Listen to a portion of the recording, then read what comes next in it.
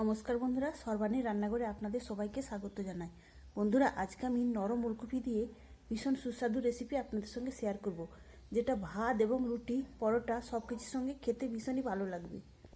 ভালো লাগলে অবশ্যই একটা লাইক দেবেন, আর সেই সঙ্গে যদি নতুন বন্ধুরা এসে থাকেন অবশ্যই আমার চ্যানেলটিকে সাবস্ক্রাইব করে আমার পাশে থাকবেন। তাহলে চলুন বন্ধুরা, আর দেরি না করে মূল রেসিপিতে যাওয়া যাক। রেসিপিটি বানানোর জন্য আমি এখানে নরম এই রকম 3টে ওলকপি নিয়েছি। প্রথমে এই ওলকপিগুলোকে এইভাবে খোসাটা ছাড়িয়ে নিতে হবে। খোসাটা ছাড়িয়ে নেওয়ার পর ওলকপিগুলোকে এইভাবে ঝিরিঝিরি করে কেটে নিতে হবে। এখানে আমি 3টে ওলকপি নিয়েছি, আর তার একটা ওলকপি আমি এইভাবে কেটে নিয়েছি। বাকি ওলকপিগুলো আমি একই রকমভাবে কেটে নেব। সব ওলকপিগুলোই আমি এইভাবে সরু সরু করে কেটে নিয়েছি, আর কেটে নেওয়ার পর আমি পরিষ্কার করে ধুয়ে নিয়েছি। ওলকপিগুলোকে ধুয়ে নেওয়ার পর আমি সিদ্ধ হওয়ার জন্য বসিয়ে দিয়েছি। এখন আমি ঢেকে দিয়ে 3 মিনিট জলে ফুটিয়ে নেব। যেহেতু ভীষণ ওলকপিটা নরম, তাই সেদ্ধ হতে খুব বেশি সময় লাগবে না। মিনিট খানেক পরে আমি একটু নাড়াচাড়া করে দিলাম।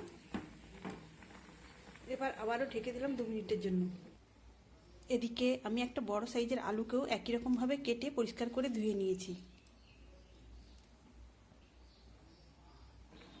মিনিট 3 আমি এই ওলকপিগুলোকে সেদ্ধ করে নিয়েছি। এখন আমি এর মধ্যে দিয়ে দেবো কেটে রাখা আলু। আলুটা দেওয়ার পর এখন আমি এর মধ্যে দিয়ে দিলাম পরিমাণ মতো লবণ। লবণটা দিয়ে একটু নাড়াচাড়া করে নেওয়ার পর আমি আবারও 2 মিনিটের মতো ঢাকা চাপা দিয়ে সেদ্ধ করে নেব। এখানে আমি আলুগুলো দেওয়ার পর আবারও 2 মিনিট ফুটিয়ে নিয়েছি। যেহেতু আলুটা চন্দ্রমুখী আলু ছিল, তাই সেদ্ধ হতে খুব বেশি সময় লাগবে না, তাই আমি আলুটা পরে দিলাম। এটাকে নামিয়ে জল ঝরিয়ে নেব। এদিকে গ্যাস অন করে আবার কড়ার মধ্যে দিয়ে দিয়েছি আমি সরিষার তেল। এখন আমি এই তেলের মধ্যে দিয়ে দিলাম একটা শুকনো লঙ্কা আমি কেটে নিয়েছি, আর নিয়েছি হাফ চা চামচ জিরা। জিরা আর শুকনো লঙ্কাটা আমি একটু নাড়াচাড়া করে ভেজে নেব। এখানে শুকনো লঙ্কা আর জিরা ভাজার সুন্দর একটা গন্ধ বের হয়েছে। এখন আমি এর মধ্যে দিয়ে দেব, এখানে আমি একটা বড় সাইজের পেঁয়াজ কুচিয়ে নিয়েছি, সেই পেঁয়াজটা দিয়ে দিলাম। পেঁয়াজটাকে দিয়ে আমি একটু আদা ভাজা করে নেব। খুব বেশি লাল করে ভাজবো না, হালকা করে ভেজে নিলেই হবে। তো পেঁয়াজের মধ্যে এখন আমি দিয়ে দিলাম পরিমাণ মতো হলুদের গুঁড়ো। হলুদের গুঁড়োটা দেওয়ার পর আমি একটু নাড়াচাড়া করে নিলাম, আর অল্প একটু দিলাম শুকনো লঙ্কার গুঁড়ো।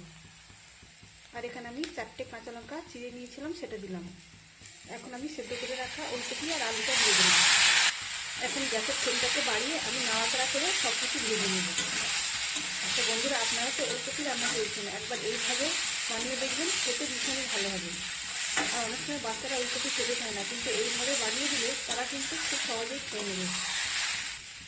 এখন একটু সময় নিয়ে আমি এই ওলকপি আর আলুটাকে নাড়াচাড়া করে ভেজে নেব।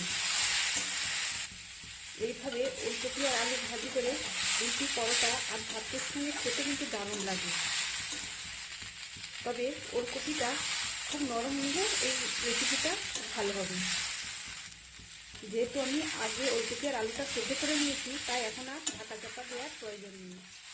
এইভাবে একটু হাই ফ্লেমে এইভাবে রেখে মাঝে মাঝে একটু নাড়াচাড়া করে দিয়ে এটাকে বানাতে হবে। এখানে আলু এবং ওলকপি দুটোই খুব সুন্দরভাবে সেদ্ধ হয়ে গেছে। এটা আপনারা বেশি ঝাল খেতে পছন্দ করলে তাহলে লঙ্কার পরিমাণটা একটু বাড়িয়ে দেবেন। বেশ কিছুক্ষণ নাড়াচাড়া করে নেওয়ার পর এখন আমি একটা দেবো গুঁড়ো মশলা। এই গুঁড়ো মশলার মধ্যে রয়েছে জিরা, ধনিয়া আর গরম মশলা, তার সঙ্গে রয়েছে 2টো শুকনো লঙ্কা আমি ড্রাই রোস্ট করে গুঁড়ো করে নিয়েছি।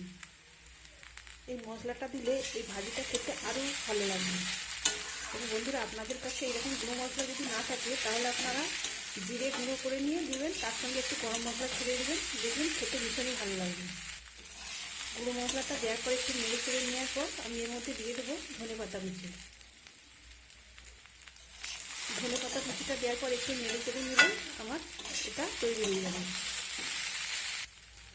তাহলে বন্ধুরা, আপনারা দেখে বুঝতেই পারলেন যে কত সহজ এবং কত সুন্দর একটা রেসিপি। আপনারা অবশ্যই ওলকপি দিয়ে এইভাবে একবার বানিয়ে দেখবেন, আর কেমন হয়েছে আমাকে কমেন্ট করে জানাবেন।